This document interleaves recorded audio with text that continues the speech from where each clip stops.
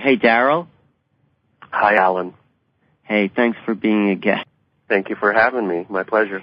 You and Bashar, I guess he comes with you. Kind of stuck together, yeah. Right, he never appears without you, right? Well, actually, that's not true. He's actually come through a couple of other people over the years that I've been doing this, which is a little bit of an odd experience for me, but generally we come as a package deal. Have you seen other people channel Bashar?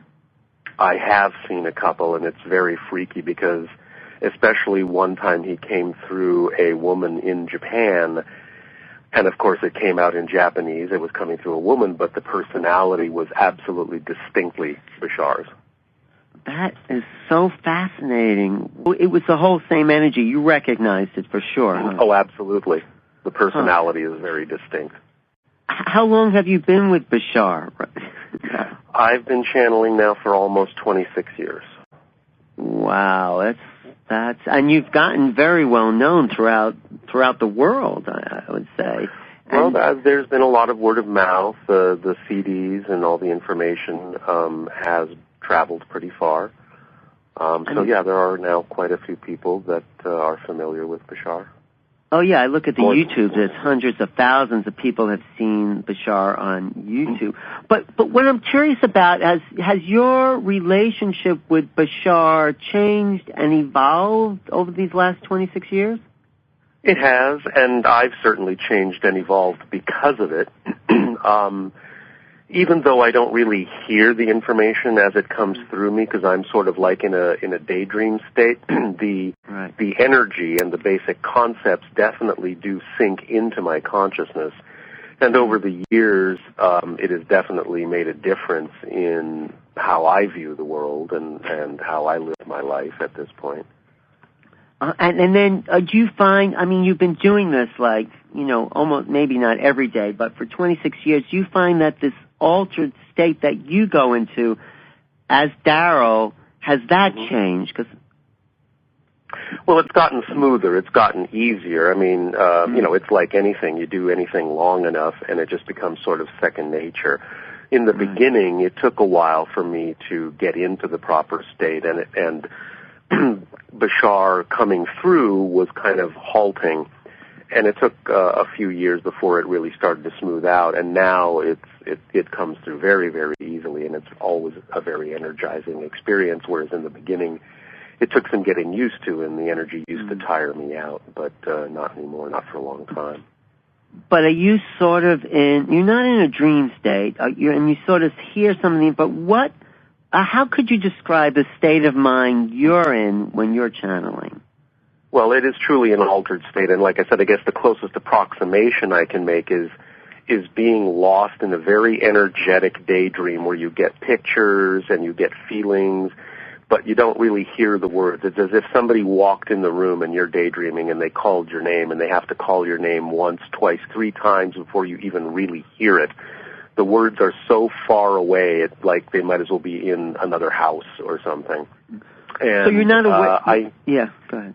Well, I know there's an experience going on, but I don't really know exactly what's being said to the people that are asking Bashar questions. I'm just having my own experience of it. But I'm curious about physiological awareness. Are you aware that your mouth is moving, that your voice box is being used? Very vaguely. It's very much in the background, and in the altered state, in the channeling state, time is extremely compressed for me. Every time I come out of the state, if I have to guess how much time has passed, what feels like to me usually is about only half or less than half of what the actual time has been. So it's not like I'm in that state for very long, even though I might be in it for an hour or two. It never feels that long to me.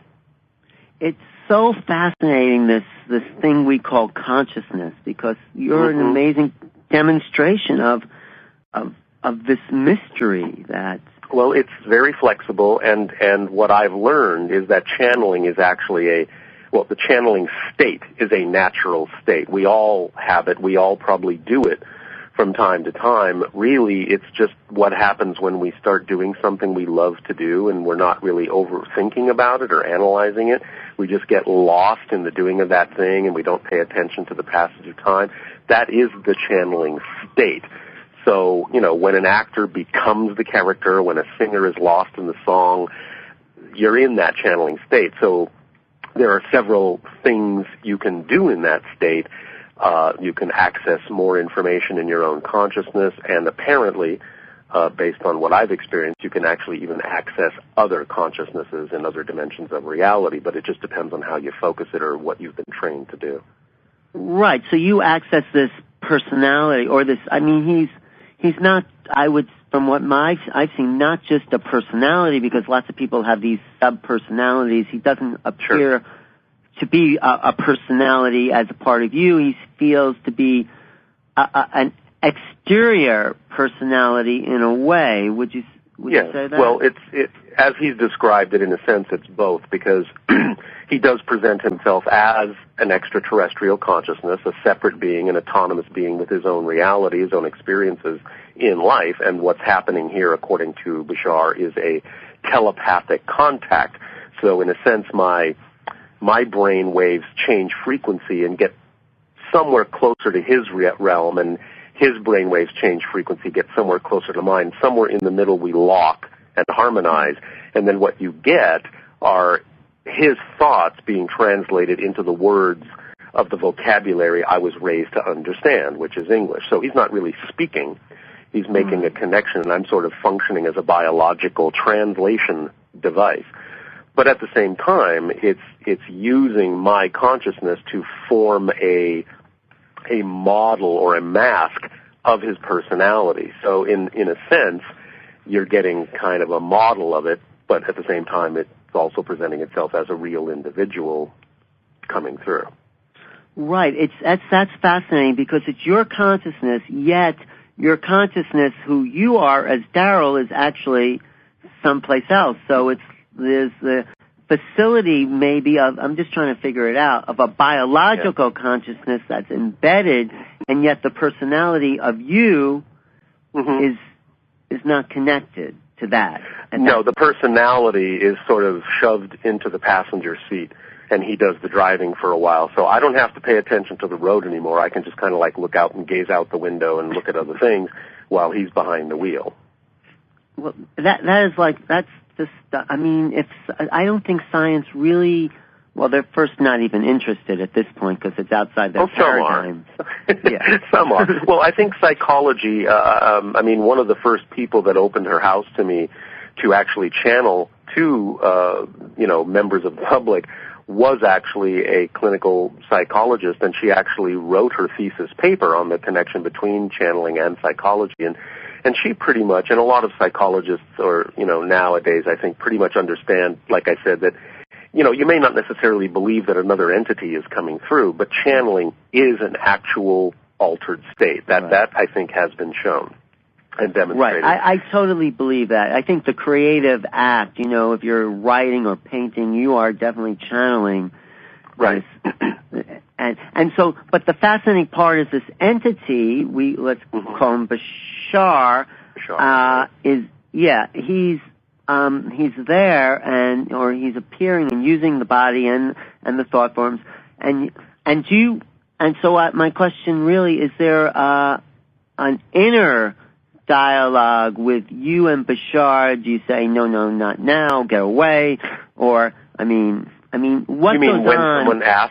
When someone asks if they can talk to him? Yeah, or maybe he just visits you throughout the day, or what goes on? Oh, no. He does. Yeah, no, it's a relatively specific thing. The connection is always there, but because also, first of all, as he's explained it, we're kind of aspects or offshoots of the same soul. In a sense, it's like he's if you want to look at it linearly, he says, he's my future incarnation. I'm one of his past lives. So we're basically offshoots of the same soul in different time frames. And so the connection is there on that level, according to him. But it's never intrusive. I've had my own experiences with him, both in dreams and in asking for certain kinds of downloaded information, but generally he's more hands-off because he wants me to live my own life as well. But when people ask, then I will get a sense not so much as to whether it's a good time or not, but whether it's appropriate or not. I'll get a yes, no. But it's 99.9% always usually yes. Fine, he'll come through and talk.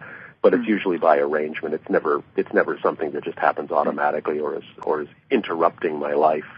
So right. But personally, can you speak, because you are known as the channel for Bashar, has it been difficult in a way to live a separate life because you're well known around the world as this, you're not well, no, not extremely. I mean, I guess I've been fortunate in that sense. My other life is in the film industry. I've been in the film industry for about 30 years in special effects. Now I'm, moving into writing, producing, and directing, and that's what interests me in terms of my, typical career kind of thing. And I've been doing that, and I've been channeling Bashar I have sort of two parallel paths, in a way. And sometimes they come together, and most of the time they're just on their own track. Right, so it's been fun. So it's just kind of been something you do, like some people, play music on the side or something. I have my day job, and then I channel an alien. It's kind of bizarre, but that's what happened in my life. It would be bizarre if I wasn't, totally open to the fact that this is the new realities we're living in. I mean, really. Right.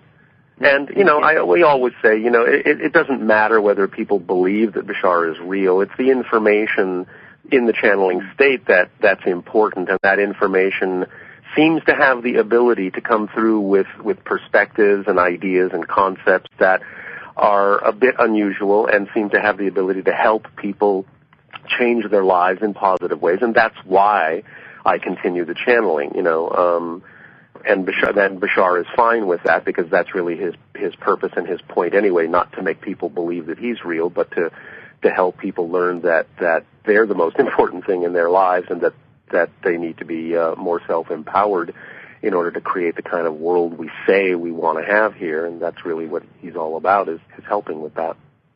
Yeah, that's what I like about him. It's not, the channeling phenomena is fascinating, but the information and the humor, I would say, is very, very funny. And he's very perceptive about people's behaviors and psychologies and can really read people very well. Yeah, he's the thing I really like about the way he delivers information is that it's, no pun intended, it's very down to earth. It's very pragmatic, and what I really like about it is he's very good at explaining in practical terms some of the more esoteric metaphysical concepts, whereas sometimes you sort of hear, different phrases and new age ideas and things like that, and they're sort of left up there in the stratosphere, and they sound nice, but you don't really know why they work or what they mean or how they work. And he's very good at really explaining the nuts and bolts and what the toolkit really is and why those nice-sounding phrases actually have some pragmatic application in physical reality, because he understands that we need to apply these concepts in physical reality, in our lives, and get an effect. And so he's very good at providing that toolkit for people so they can go off in their lives, use the tools and apply them and get the effect in their lives that they want, rather than just going away with a bunch of, aphorisms or affirmations that they don't really understand what they mean or how they work, so he's good about that. Well, do you feel there's been an evolution of knowledge, like he started with basic concepts and he's adding to this, or is it all... Oh, absolutely. He definitely has an absolute agenda of exactly how he laid the information out, and he definitely started with basics, and he gets more and more and more detailed and deeper and deeper and deeper every single year, and now is delivering some quite astonishing deep psychological and metaphysical information. Well, can you give us a little example of what you can remember of what he's saying lately? Well, I know that one of the strongest areas that he talks about is the whole concept of what a personality structure is, that it's based on belief systems and how to really get in touch with what our definitions of life are, what our belief systems are, and how to change them in very practical ways to make differences in our lives, because he talks about metaphysical principles in the sense of life itself being relatively neutral, and it's the meaning we give to life that determines the effect we get out of life. And he goes very deeply into explaining how that all works within our psychology, within our consciousness, within our physical reality, how it affects our emotions, our behaviors, our thoughts, and all of that. And it gets quite detailed. And another exciting thing I feel he's sort of pushing for or involved is this whole idea of the disclosure, the ET presence, and a sort of change in personal and collective psychology we have to have in order to embrace these beings. Exactly. That's sort of the second half of his agenda, is all of this, all of the work that he's doing, all the information he's supplying, all the tools and techniques for helping people change is really all toward getting the vibration of the planet to change and prepare us for eventual contact with other civilizations. So is that part of I didn't, well, I mean, you just made a good connection. So it's something about the planet, the vibration of the planet and the consciousness has to change in order for us to meet these other beings. Is that what you're saying?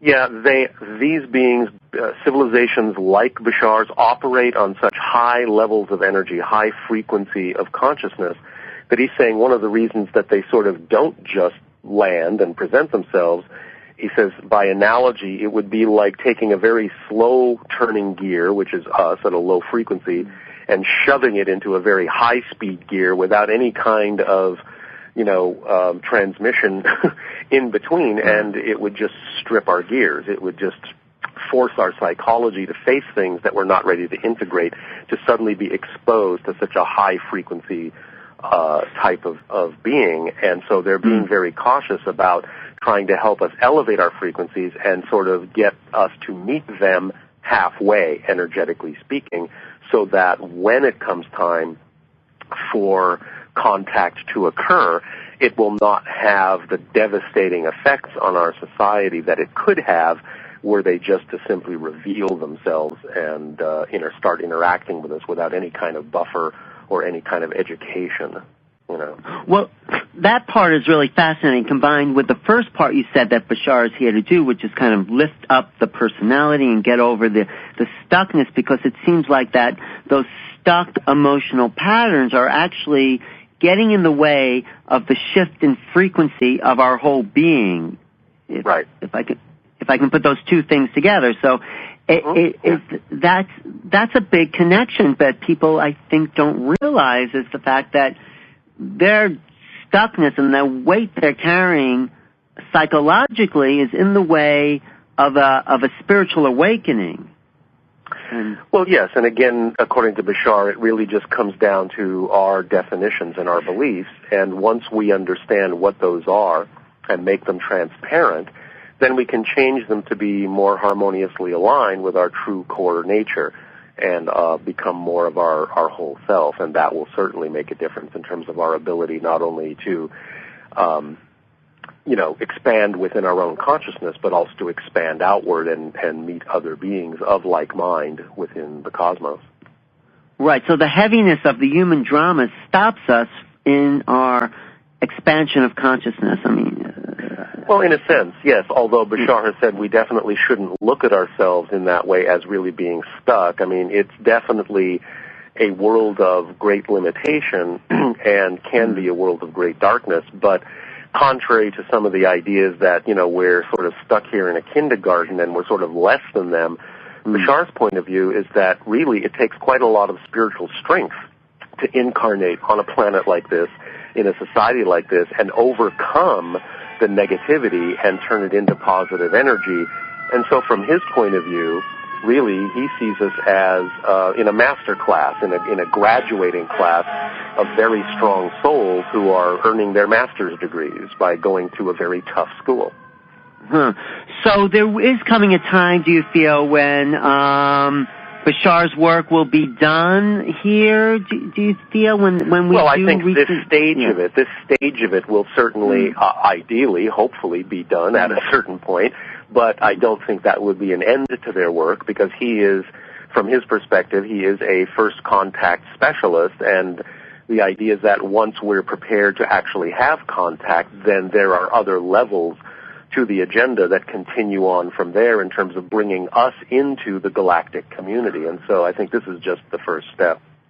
And the galactic community is really also a kind of higher spiritual awareness as well. I mean, it seems like that.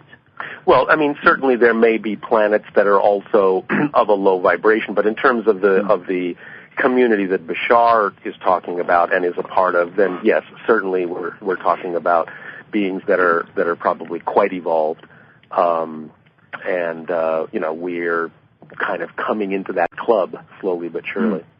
And I think it will happen within, well, Bashar has said within at least the next 20 years, some kind of contact. Yeah, he has said that open contact, at least as far as he can read the energy right now, it seems to him that the first stages of open contact will probably take place sometime between 2025 and 2033 as he reads the energy as it exists now. But he's also said 2012 is some kind of point in time. Well, he's addressed it because we've been talking about it on Earth, and we've recognized that it is some sort of a crossing point or a threshold. And he's commented on it in a couple of ways. Number one, he said, well, yes, it's a consciousness threshold in the sense that, we are growing, we are integrating, we are expanding, and 2012 to him represents a recognition of crossing a threshold, whereas before that date, the majority of the world has had negative energy in it. And he says after that date, it will finally just barely start tipping the scale, and there will be slightly more positive energy than negative energy in the world. And then from that point forward, it can snowball and expand and accelerate. He's also said that 2012, because of that, represents the end of what they've been calling the quarantine or the hands-off policy of their civilization. Now, that doesn't mean that they'll land all at once after that date, but what it means is that contact will not be prevented because of their policy. It will be solely in our hands at that point to determine when we're ready for contact to occur, and it won't be stopped because of anything that they're preventing themselves from doing in terms of interfering with our society. So he said that at that point the quarantine will be off, and they'll take their cue completely from us as to when we're ready for contact. Well, it's very exciting times we're in. Let me just ask you one more question. Is there anything you want, I mean, you said like you and Bashar have the same sort of common soul essence. Do you feel like you want to merge with that soul essence so you can be sort of the enlightened? Rather than merge, let's say I'm becoming my own version of what I believe him to be, and I think that's the whole idea for the channel, is to grow in a way that you become, a whole being, just as anyone ought to, in a sense.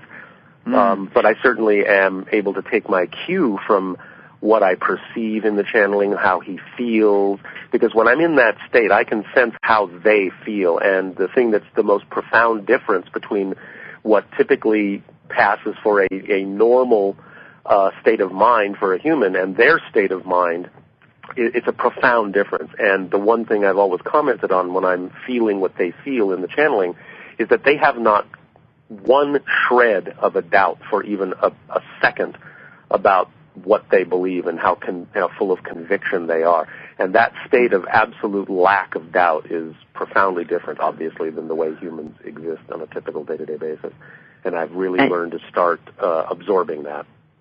That is great. That is a great lesson that you have first-hand knowledge with. Thank you for all the time that you've put in over the 26 years. It's been fun for you, hasn't it? My pleasure. Thank you for having me on the show. I've been talking to Darryl Anka, who is the channel for the multidimensional extraterrestrial consciousness Bashar, and it's bashar.org, right? Correct. Thanks, Darryl. Look forward to seeing you. You too, Alan. Thank you so much. Yeah.